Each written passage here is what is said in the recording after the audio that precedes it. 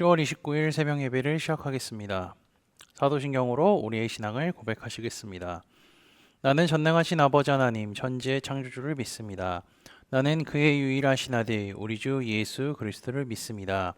그는 성령으로 잉태되어 동정녀 마리아에게서 나시고 본디오 빌라도에게 고난을 받아 십자가에 못 박혀 죽으시고 장사된 지 사흘 만에 죽은 자 가운데서 다시 살아나셨으며 하늘에 오르시어 전능하신 아버지 하나님 우편에 앉아 계시다가 거기로부터 살아있는 자와 죽은 자를 심판하러 오십니다. 나는 성령을 믿으며 거룩한 공교회와 성도의 교제와 죄를 용서받는 것과 몸의 부활과 영생을 믿습니다. 아멘. 다 함께 찬송가 405장 찬양하시겠습니다.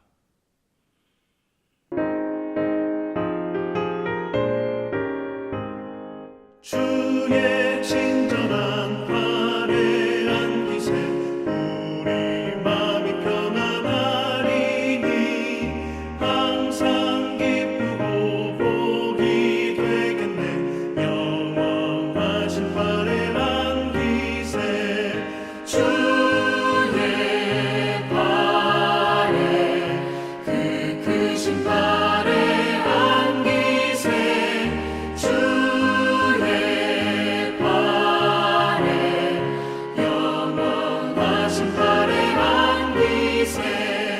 날이 갈수록 주의 사랑이 두루 광명하게 비치고 천성 가는 길 편히 가리니 영원하신 팔에 안기세 주의 팔에 그 크신 팔에 안기세 주의 팔에 영원하신 팔에 안기세 주의 보좌로 나아갈 때에 기뻐 찬미 소리 외치고 겁과 두려움 없어지니 영원하신 팔에 안기세 주의 좌에 그 크신 팔에 안기세 주의 좌에 영원하신 팔에 안기세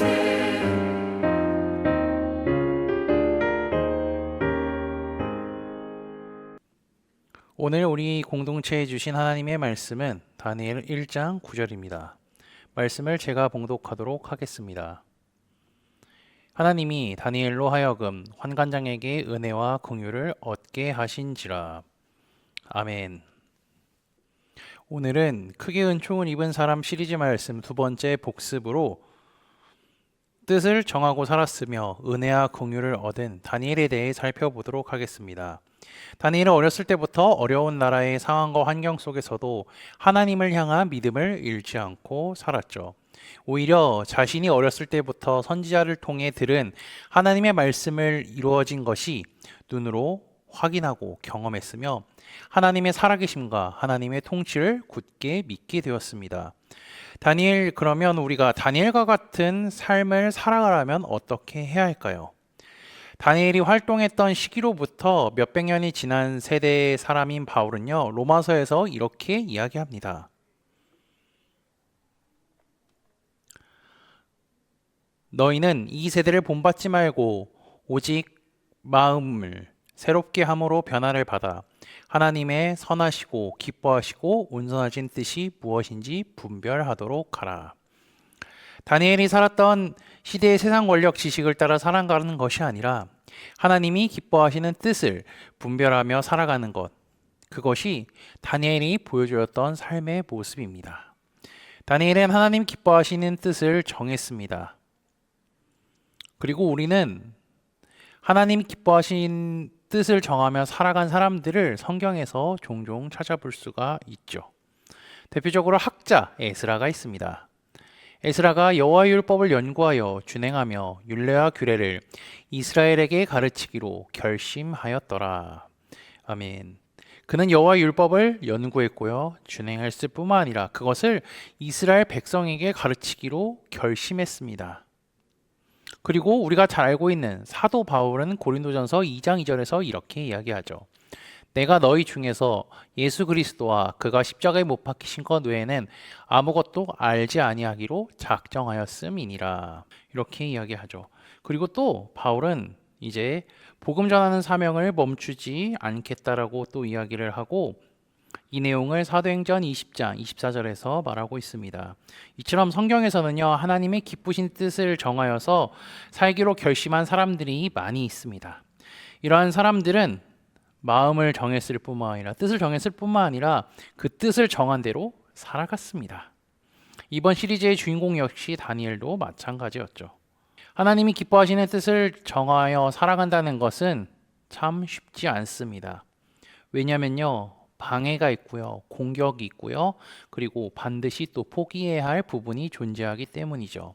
다니엘 역시 그랬습니다. 다니엘서 1장 5절을 한번 볼까요? 또 왕이 지정하여 그들에게 왕의 음식과 그가 마시는 포도주에서 날마다 쓸 것을 주어 3년을 기르게 하였으니. 바벨론의 느부갓네살 왕은요, 자기가 정복한 나라들의 똑똑한 귀족들, 그리고 똑똑하면서 어린 아이들을 데리고 와서요, 바벨론의 교육과 왕이 먹는 음식을 먹게 했습니다. 바벨론은 당시에 패권을 잡고 있었던 나라였죠. 그곳에서 교육을 받고 왕궁에서 나오는 음식을 먹는다는 것은요, 최고의 대우를 받게 되었다는 것뿐만이 아니라 이제 바벨론 나라에서 일할 수밖에 없는 사람이 됐다는 거죠. 그런데 뭐 일할 수 있는 건 어쩔 수 없다고 쳐도요, 다니엘은 지금 왕이 직접 명령을 내린 음식을 거부하고 포기했습니다. 다니엘이 이렇게 정한 뜻을 지키기 위하여서요, 기도했고요. 그 다음에 용기를 내었는데요. 이것은 다니엘 1장 8절에서 확인할 수가 있습니다. 다니엘은 뜻을 정하여 왕의 음식과 그가 마시는 포도주로 자기를 더럽히지 아니하니라 하고 자기를 더럽히지 아니하도록 환관장에게 구하니. 다니엘은 왕의 음식과 포도주로 자기를 더럽히지 않겠다라고 결심하여서 환관장에게 자신의 뜻과 마음을 전달했습니다. 어떻게 보면요, 이거는 일어날 수 없는 상황이죠. 당시에 바벨론의 왕이 직접 명령을 내렸습니다. 근데 포로 신세로서 그것을 거부한다? 왕이 기분이 나쁘면 다니엘을 그냥 죽여도 상관이 없습니다. 어쩌면 다니엘처럼 행동하는 사람들이 있다면 기본적으로 그냥 자기의 목숨을 내놓고 하는 행동이죠.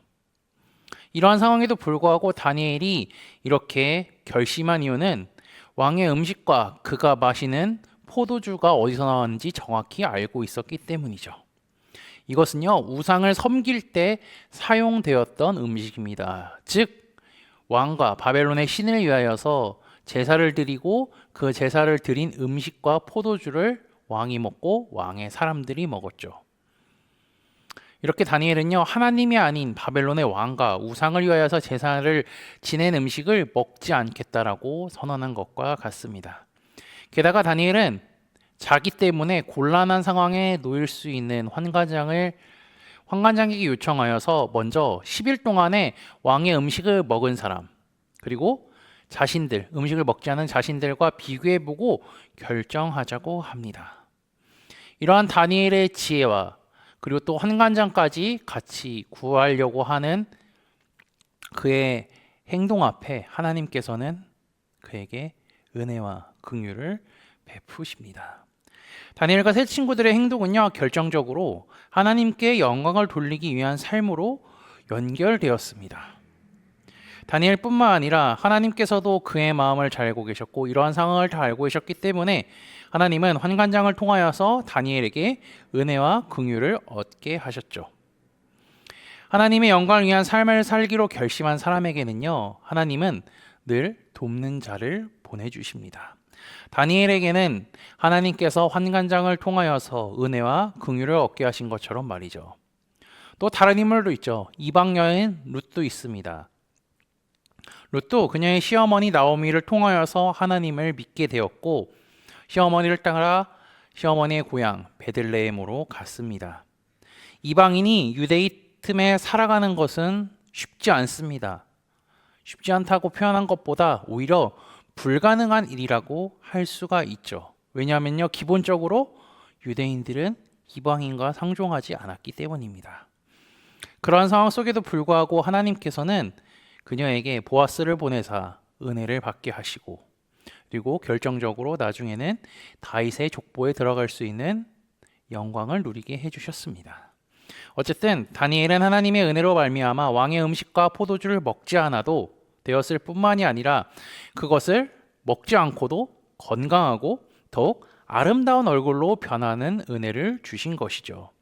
세상의 일반 상식으로는 일어날 수 없는 일이 지금 다니엘에게 일어난 것입니다.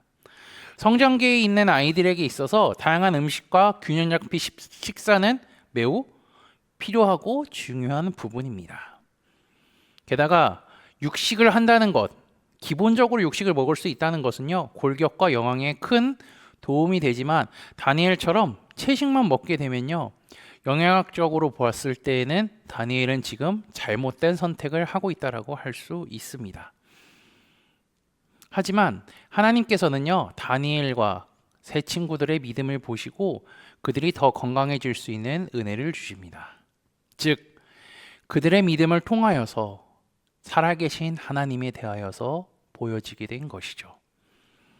하나님께서는요, 육체적인 건강을 주심으로 말미암아 이들이 하나님의 사람임을 알게 해주셨고, 그리고 또 다른 것을 통하여서 이들이 하나님의 영광을 돌리기 위한 하나님의 사람임을 보여주시기도 합니다. 다니엘서 1장 7절 말씀 한번 볼까요? 하나님이 이 네 소년에게 학문을 주시고 모든 서적을 깨닫게 하시고 지혜를 주셨으니, 하나님께서는 네 소년에게 학문을 주시고 모든 서적을 깨닫게 하시고 지혜를 주셨다고 합니다. 느부갓네살 왕이 전쟁 포로들 중에서 어린 귀족들을 데리고 먹이고 교육을 시킨 이유, 그건 뭘까요? 자신들의 나라를 더 부강하게 만들기 위함이죠. 그뿐 아니라 각 지역에 있는 귀족, 똑똑한 사람들을 모두 데리고 교육을 시키니까 그들을 다시 그들이 살고 있던 땅으로 보내서 그 땅을 지배하기도 매우 용이했죠. 이렇게 바벨론에는 이제 똑똑한 인재들이 어쩌면 다 모인 겁니다. 다 모인 상황 가운데서 하나님께서는 4명, 그 4명의 손을 통하여서 하나님의 영광을 드러내고 계십니다. 게다가 다니엘에게는 꿈과 환상을 깨달아 아는 지혜도 주십니다. 그가 느부갓네살 왕의 꿈을 맞추고 해석도 다 했던 것은요, 우리는 말씀을 통해서 배웠습니다. 성경에서 또 꿈 해석하면 다니엘 말고 떠오르는 사람이 한 명 있죠. 누굴까요? 바로 요셉입니다. 요셉 역시 하나님을 향한 믿음을 지킨 결과 육체적으로 수많은 어려움이 있었습니다. 목숨이 사라질 어려움도 있었습니다. 그런 상황에서 하나님께서는 요셉을 지켜주셨고, 요셉이 바로 왕의 꿈을 해석해서 하나님께서 하실 일들을 보여주고 애굽의 총리가 되게 하셨죠. 요셉, 다니엘 모두 꿈을 해석한 사람들입니다. 그 꿈 해석을 들은 왕들은요, 그들의 마음이 바뀌게 되었습니다. 근데 그들의 마음이 바뀌게 된 것은 누가 하신 일일까요? 하나님께서 하신 일입니다. 하나님이 그 꿈의 해석을 들은 왕들의 마음을 감동시키시죠. 창세기 41장에는 바로 왕의 고백이 나옵니다. 바로가 그의 신하들에게 이르되 이와 같이 하나님의 영에 감동된 사람을 우리가 어찌 찾을 수 있으리요 하고, 다니엘 1장 19절에서 20절 역시 느부갓네살 왕의 고백과 그의 행동이 나옵니다. 왕이 그들과 말하여 봄에 무리 중에 다니엘과 하나냐와 미사엘과 아사랴와 같은 자가 없으므로 그들을 왕 앞에 서게 하고, 왕이 그들에게 모든 일을 묻는 중에 그 지혜와 총명이 온 나라 박수와 술객보다 10배나 나은 줄을 아니라. 아멘. 다니엘과 세 친구들은 바벨론에서 지혜와 총명이 제일 뛰어난 사람이라 인정을 받게 되었습니다. 하나님의 뜻을 정한 사람들은요, 포기해야 될 것을 과감히 포기하며 살아야 합니다. 세상의 기준으로 봤을 때 불이익이 생기다 할지라도 그것을 감수하며 살아갑니다. 세상 사람들이 볼 때에는요, 미련하다고, 멍청하다고, 바보 같다고 삿대질을 받을 수 있습니다. 하지만 하나님은 그들의 그들이 믿음을 지키기 위한 행동들을 기억하시고요, 은혜와 긍휼을 베풀어 주시는 분입니다. 하나님을 향한 믿음을 위해 뜻을 정한 다니엘과 세 친구 같이 우리도 믿음을 위하여 말씀대로 뜻을 정하고 살아가시기를 소망합니다. 아울러 하나님의 영광을 위하여 살아가는 자들에게 하나님께서 일하시고 함께 하신다는 것을 말씀을 통해 알려주셨으니 우리에게 일하실 하나님을 기대하며 살아가는 코너스톤 믿음의 형제자매들이 되시기를 주님의 이름으로 축복합니다. 다 함께 찬송가 445장 찬양하시겠습니다.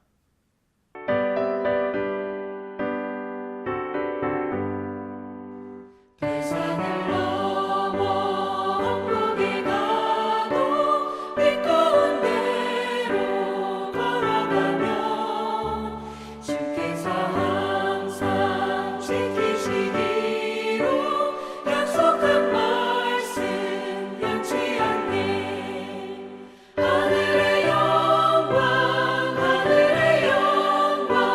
나의 맘속에 차고도 넘쳐 할렐루야를 힘차게 불러 영원히 주를 찬양하리. 깜깜한 밤에 다닐지라도 주께서 나의 길 되시고 나에게 맑은 빛이 되시니 길 잃어버릴 염려 없네. 하늘의 영광 나의 맘속에 차고도 넘쳐 할렐루야를 힘차게 불러 영원히 주를 찬양하리. 광명한 그빛 마음의 바다 찬란한 천국 바라보고 할렐루야를 힘차게 불러 날마다 빛에 걸어가리. 하늘의 영광 나의 맘속에 차고도 넘쳐 할렐루야를 힘차게 불러 영원히 주를 찬양하리. 다 함께 기도하시겠습니다. 오늘 하루도 찬양과 말씀으로 시작하게 하심에 진심으로 감사합니다. 하나님께서 나에게 주신 은혜를 생각하며 감사하는 하루가 되게 하시며 오늘 저녁에 있을 요한계시록 성경 공부를 기대하며 기다리는 하루가 되게 인도하여 주옵소서. 다니엘과 세 친구는 뜻을 정했습니다. 그들이 정한 뜻은 자기 자신을 위한 것이 아닌 오직 하나님을 위한 것이었음을 기억합니다. 그리고 이들이 이렇게 한 것은 하나님을 향한 믿음을 지키기 위한 뜻이었음을 잊지 않게 하옵소서. 하나님이 기뻐하시는 뜻을 위하여서 왕이 주는 포도주와 음식을 먹지 않기로 결심했습니다. 불이익이 생긴다 할지라도 포기하지 않고 좌절하지 않았습니다. 이 세상을 다스리시는 진짜 왕은 하나님이심을 잊지 않았음을 우리도 기억하게 하옵소서. 아울러 하나님께서 이들의 믿음을 보시고 은혜와 긍휼을 베푸셨습니다. 채식과 물을 먹음에도 불구하고 건강한 몸과 육체를 허락하셨으며 다른 자들보다 더욱 똑똑한 지혜를 허락하셨음을 기억합니다. 게다가 다니엘에게는 꿈과 환상을 알고 해석할 수 있는 지혜를 주셨음을 잊지 않게 하옵소서. 믿음을 지키고 주님의 영광을 위하여 살아가기로 결심한 자들에겐 주께서 은혜와 긍휼을 베푸신다는 사실을 잊지 않게 하시고 주의 말씀에 순종하여 세상의 어떠한 유혹 속에서도 믿음을 선택할 수 있는 담대함과 용기를 우리에게도 허락해 주옵소서. 예수 그리스도의 이름으로 기도합니다. 아멘. 이 시간 합심으로 기도할 제목들을 나눕니다. 먼저 깨어있는 신앙과 하나님 나라를 사모하고 주님의 다시 오심을 기다리며 살도록 기도하시고 지금 당하고 있는 어려움을 극복할 수 있는 믿음과 지혜를 위해 기도하시기 바랍니다. 교회를 이끌어 가시는 사랑하는 담임 목사님과 사역자들을 위해 기도해 주시기 바라며 오늘 진행되는 요한계시록 성경 공부와 목요일에 진행되는 목회자 세미나를 위하여서 기도해 주시고 대입 수험생을 위해 소그룹원들을 위해 환호의 회복을 위해 각자 가지고 계신 기도의 제목들을 놓고 기도하시기를 바라며 오늘도 주 안에서 승리하십시오.